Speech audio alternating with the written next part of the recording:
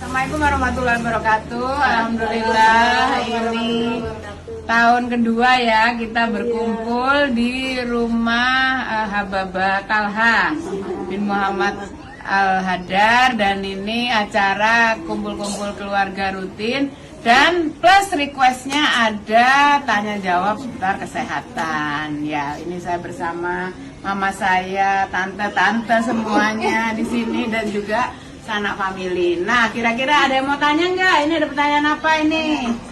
Silahkan diperkenalkan namanya. Nama saya Ira. Ya. Yang ingin saya tanyakan begini, Bu Dokter pernah memberitahu bahwa kita ini normalnya tidur satu hari 8 jam. Ya.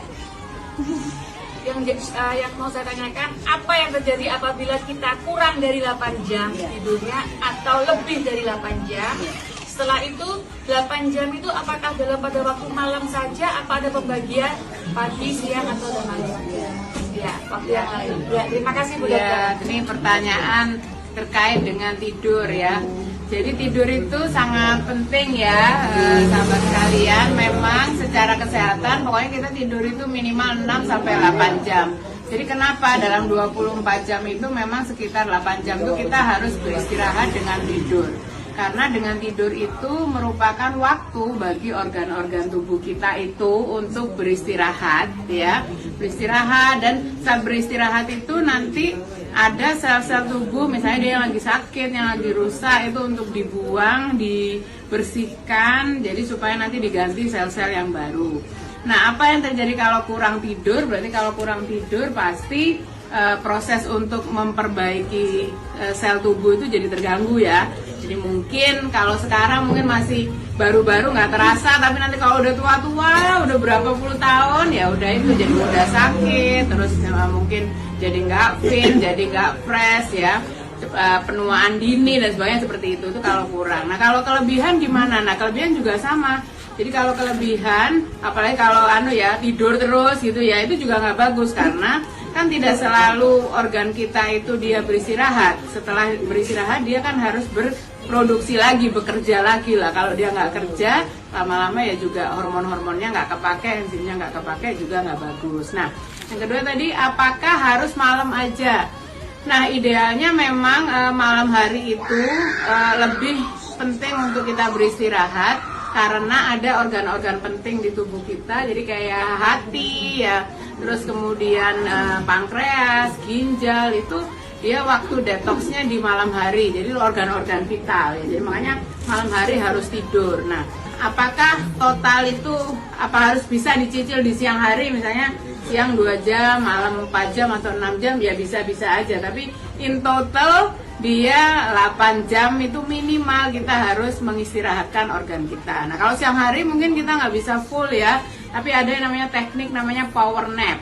Jadi power nap itu kita tidur cuma 20 atau 30 menit ya, tapi kita bisa deep sleep, jadi kita bisa beneran tidur. Nah, itu saat bangun kita bisa fresh, jadi kita udah sama dengan mericharge itu. Ya, ini ada tanya lagi ya, oke. Ya, Bu Dokter mau tanya, apa betul mitos atau fakta? Oke, mitos atau fakta?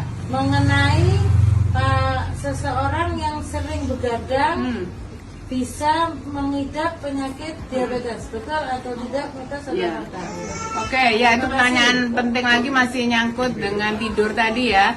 Jadi tadi sudah saya jelaskan bahwa malam hari ada organ-organ penting yang mengatur hormon di tubuh kita. Jadi kayak liver, ginjal, pankreas itu dia sedang beristirahat, dia sedang memperbaiki diri. Otomatis kalau judulnya begadang kayak lagunya Rhoma Irama itu kan berarti kan dia melek malam ya, nggak tidur ya. Ya, nggak. Ada penggemar Rhoma Irama rupanya ya. Jadi ya otomatis mungkin kalau masih muda-muda masih kuat ya. Tapi nanti kalau udah umurnya 30 ke atas, 40 ke atas, bukan tidak mungkin itu bisa jadi pencetus. Karena dia organnya dari sejak muda itu dia sudah dipaksa begadang kayak gitu ya. Jadi memang mungkin bisa jadi, walaupun tidak selalu itu ya, bisa jadi ada faktor resiko yang lain, misalnya faktor resiko keturunan ya, terus dari pola makan dan sebagainya. Nah, begadang juga nggak bagus ya. itu juga harus dihindari, jangan sering-sering begadang. Oke? Ya. Tambahan juga ya, jadi orang semakin lama, semakin tambah usia tua, itu memang jam tidurnya menjadi lebih sedikit. Ya, itu udah normalnya. Jadi untuk orang-orang usia tua tuh, jadi dia ada gangguan tidur itu wajar, emang seperti itu.